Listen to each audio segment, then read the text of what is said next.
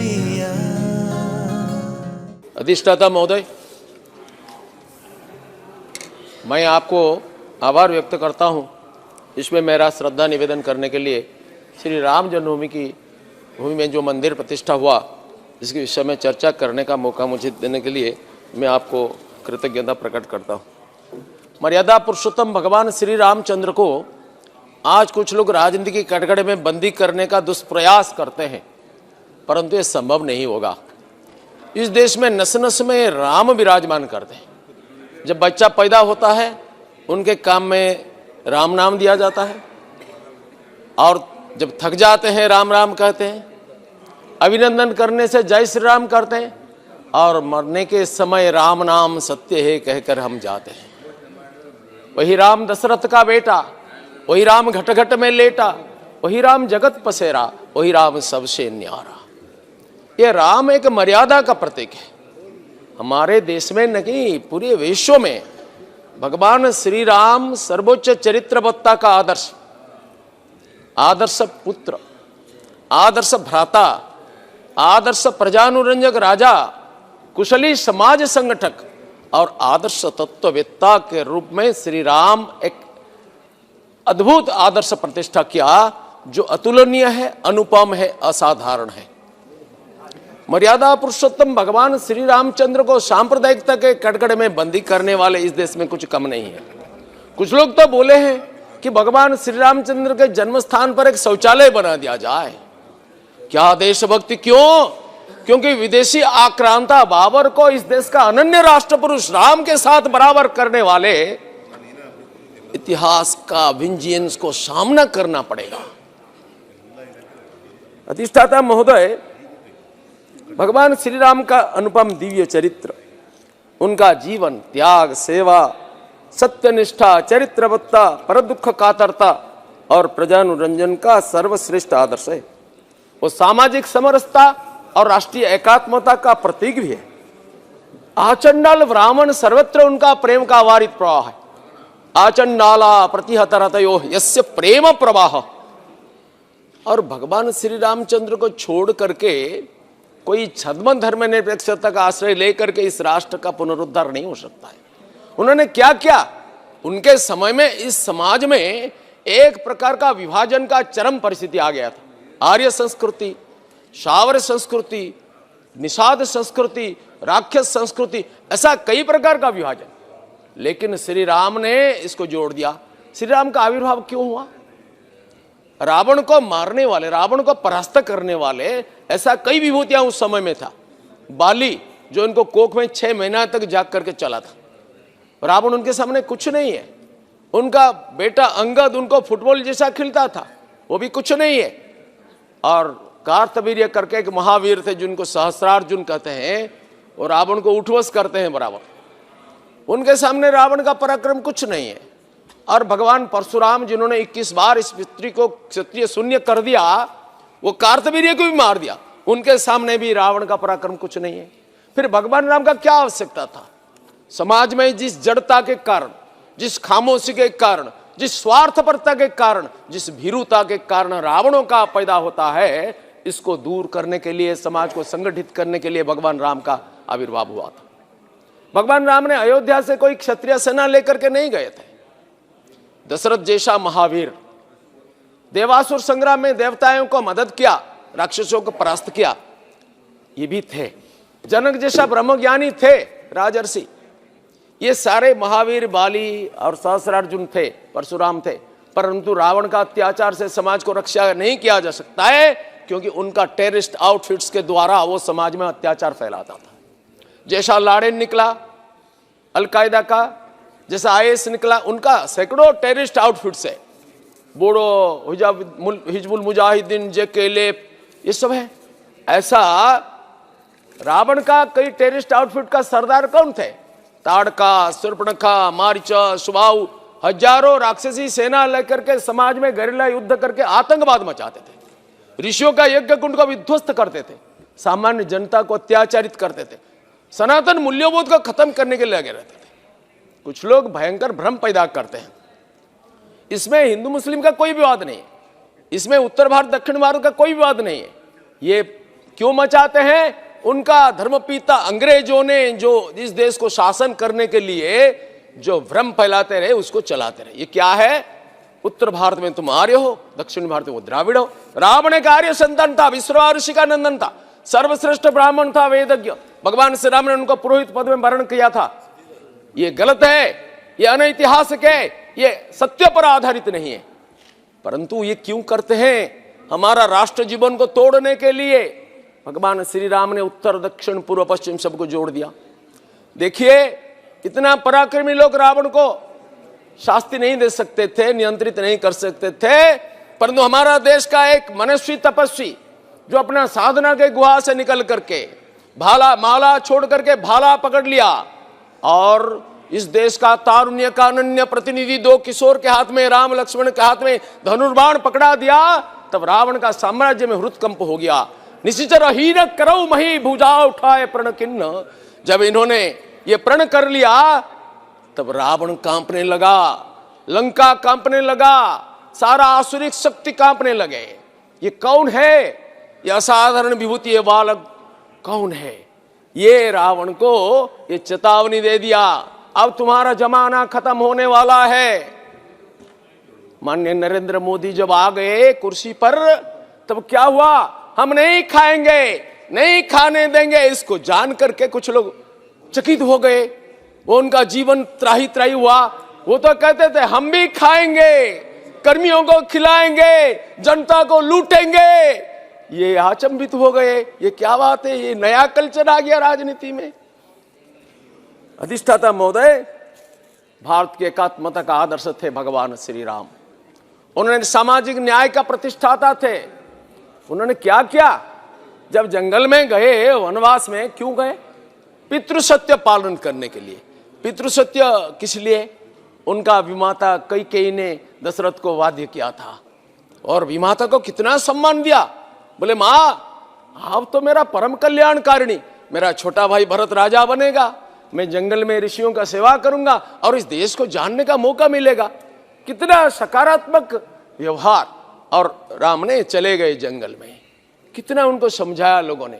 गुरु वशिष्ठ भरत जाकर के समझाया, परंतु राम को विचलित नहीं कर सके। वशिष्ठ ने बोला मैं गुरु, मेरा आदेश तुमको पालन करना है, जंगल में तुमको वापिस जाना है।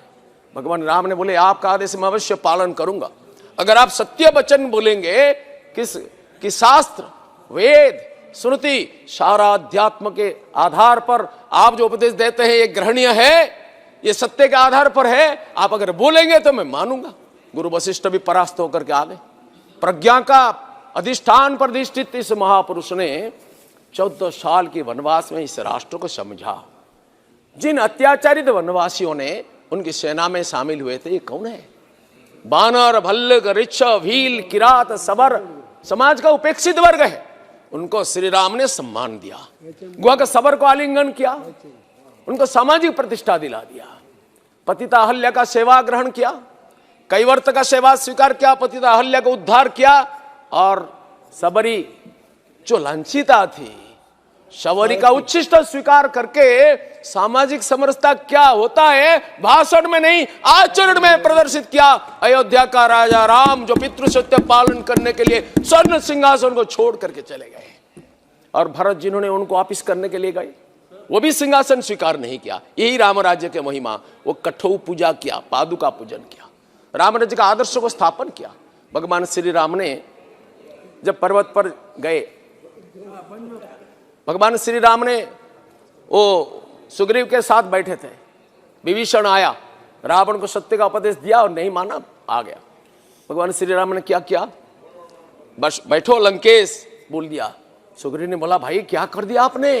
लंकेश बोल दिया आप जैसा क्षमाशील है, अगर रावण सीता माता को समर्पित करके क्षमा याचना करेगा तो आप क्या करेंगे? राम ने अचानक बोल दिया कुछ प्रॉब्लम नहीं है, समस्या कुछ नहीं है, मैं रावण को अयोध्या दे दूंगा और लंका में विभीषण को राज्याभिषेक कराऊंगा। रघुकुल रीति सदा चली आई, प्राण जाई पर वचन न जाई। भगवान श्री राम ने बोल दिया। भगवान श्री राम साम्राज्यवादी नहीं थे, इसलिए लंका पर विजय किया, किंतु अपना साम्राज्य में नहीं मिलाया। सुग्रीव विभीषण को अभिषेक किया, किष्किंध्या पर विजय किया, अपना साम्राज्य में नहीं मिलाया। उधर सुग्रीव को अभिषेक किया।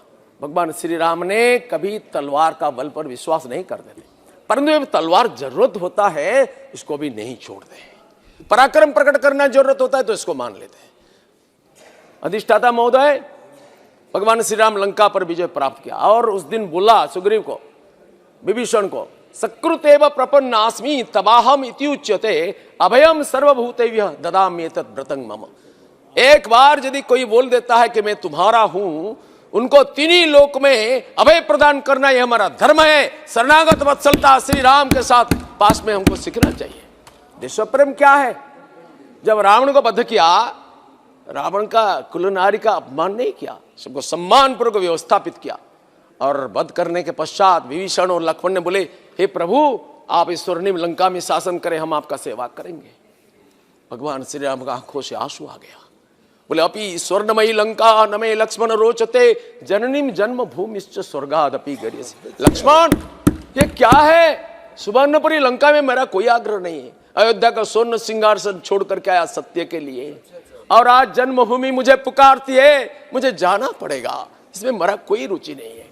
जो विदेशी बैंक में 1000 करोड़ रुपया रखने वाले, इस देश को तोड़ने वाले, इस देश को लूटने वाले भगवान श्री राम का देश प्रेम का ये लहर को समझ नहीं पाएंगे। अधिष्ठाता महोदय, भगवान श्री राम आ गए, स्वर्णपुरी लंका को छोड़ करके आ गए, अयोध्या में प्रविष्ट हुआ। अयोध्या में उनका राज्याभिषेक हुआ। क्या हुआ राज्याभिषेक में? प्रजावर्ग बैठे थे। भगवान श्री रामचंद्र ने अभिषेक उत्सव में उद्बोधन दिया, स्नेहम दयाम च सौख्यम च यदि वा जानकीमपि आराधनाय लोकानां मुंचतो नास्ति मे व्यथा। स्नेह, दया, सुख, स्वाच्छंद्य यदि प्रयोजन होता है तो माता जानकी को भी मैं विसर्जित कर सकता हूं। किस लिए? प्रजाओं की आराधना के लिए। आराधनाय लोकानां, राजा प्रजा का आराधन करेगा। राम राज्य में ही उल्टा रीति है, प्रजा राजा का नहीं। और मान्यवर नरेंद्र मोदी के राज्य में क्या होता है? मान्यवर नरेंद्र मोदी के राज्य में भी जो राजा है प्रजा का आराधना करता है, गरीबों का आराधना करता है, माताओं का आराधना करता है, युवाओं का आराधना करता है, जनसाधारण का आराधना करता है। मैं राष्ट्र का प्रधानमंत्री नहीं, प्रधान सेवक करने वाला और झाड़ू पकड़ने वाला, झाड़ू में सफाई करने वाला प्रधानमंत्री हमारा गौरव है। ये राम राज्य का आदर्श है। रिक्शा वालों से लेकर राष्ट्रपति तक झाड़ू पकड़वाने वाले हमारे गौरवशाली यशस्वी प्रधानमंत्री श्रीमान नरेंद्र मोदी रामचंद्र की पद चिन्ह पर चलने वाले हैं। इसलिए राम मंदिर प्रतिष्ठा कोई सामान्य मंदिर नहीं है। जन्मस्थान में मंदिर प्रतिष्ठा को लेकर के कुछ लोगों ने सवाल उठाया, यहां राम ने पैदा हुआ क्या प्रमाण है? क्या बाकी कोई महापुरुष के बारे में ऐसा बोल सकते हो? आपका जन्म का क्या प्रमाण है? क्या माता पिता का डीएनए टेस्ट करके आपने उनको माता पिता बोला है? भगवान श्री रामचंद्र हमारा आस्था है, इस राष्ट्र का अस्मिता, अभिमान, स्वाभिमान है। इसके बारे में ऐसा सवाल उठाने का तुमको क्या अधिकार है? प्रश्न है उधर मंदिर था या नहीं, यह साबित हो गया है। Historical evidence, geographical evidence, scientific evidence, documentary evidence, सारा प्रमाणों के आधार पर मान्यवर अदालत ने यह राय दिया कि उधर मंदिर था, मंदिर रहेगा। मुझे याद है हर बार कार सभा में मैं गया था, 90 में भी गया था, 92 में भी गया था, और मुझे इसलिए गर्व है। और पुलिस लाठी में घायल होकर के उधर में पड़ा था 92 में। और यह कार सेवा जिन्होंने किया, जिन्होंने इससे पहले जो 5 लाख के आसपास लोगों ने 500 साल में बलिदान किया, आज उनका अंतरात्मा को शांति मिलता होगा। नरेंद्र मोदी जी ने एक असंभव कार्य किया। मैं अदालत को भी धन्यवाद देता हूं। अगर माननीय नरेंद्र मोदी का शासन नहीं होता, यहां पर कांग्रेसियों का शासन होता, मैं गारंटी के साथ बोल सकता हूं राम मंदिर नहीं बनता। क्यों? मान्यवर कपिल सिब्बल ने कितनी बार केस को, हियरिंग को डिले करने के लिए बोला। 139 ईयर्स एक केस में चला गया। कितना केसेस हुआ, कितने लोग मरे गए, लेकिन उनको शांति नहीं मिला, इसको डिले किया जाए। माननीय मोदी जी के कारण ये प्रतिदिन 40 दिन तक सुनवाई हुई और इसमें फैसला आया। जो फैसला आया सारा देश इसको स्वागत किया। सारा विश्व स्वागत किया, बिना रक्तपात में शांतिपूर्वक समाज में पूरा भ्रातृभाव रखते हुए मंदिर का निर्माण हुआ।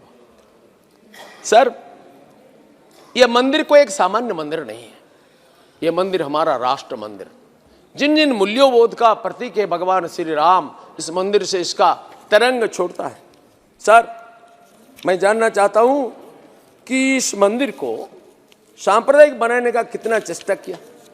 मातृभक्ति, पितृभक्ति, गुरु भक्ति, देशभक्ति, त्याग, शरणागत वत्सलता, प्रजानुरंजन और शक्ति, पराक्रम, राष्ट्रीय पराक्रम, इन सब का आधार है भगवान श्री राम। क्या हमको ये गुणवत्ता नहीं चाहिए?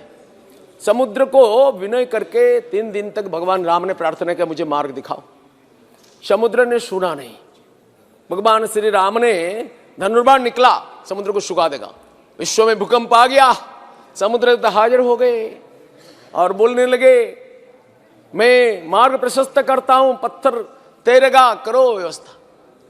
गोस्वामी तुलसीदास की मनोरम शब्दावली में इसको वर्णन किया, विनय न मानत जलधि जड़, गए 3 दिन बीती, बोले राम सकोप तब, भाई बिनु होई न प्रीति। अधिष्ठाता महोदय, भारत में सैनिकों का गर्दन काट लिया, तब प्रधानमंत्री थे माननीय मनमोहन सिंह।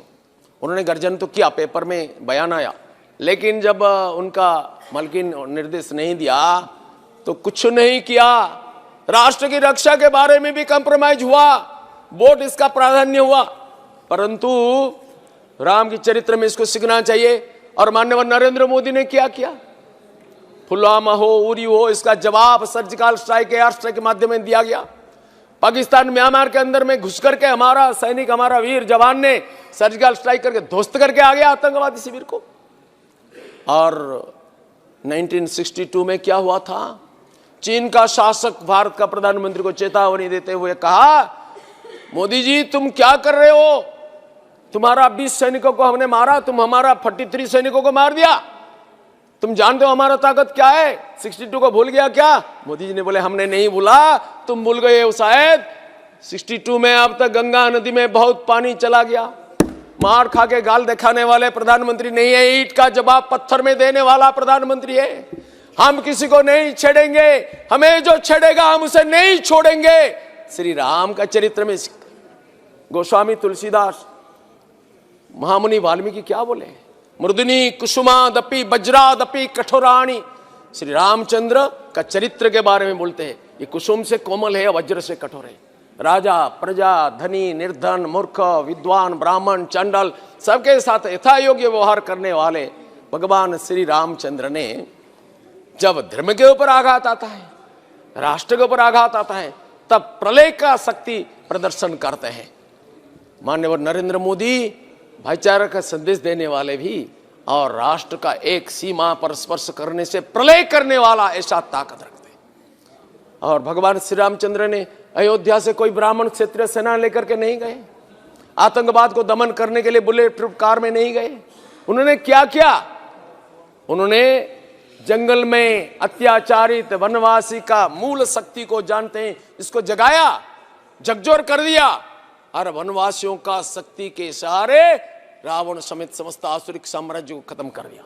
पूरा राष्ट्र को उत्तर, दक्षिण, पूर्व, पश्चिम अपना श्वेत छत्र के नीचे आने दिया, और इसमें साम्राज्यवाद का कोई लेस नहीं है। भारत का सांस्कृतिक सम्राट बन गया। उनके जन्म स्थान में लेकिन मंदिर था, किसने बनाया था? उनके जन्म स्थान में मंदिर बनाया था रामचंद्र की पुत्र कुश ने, कौशाम्बी के राजा।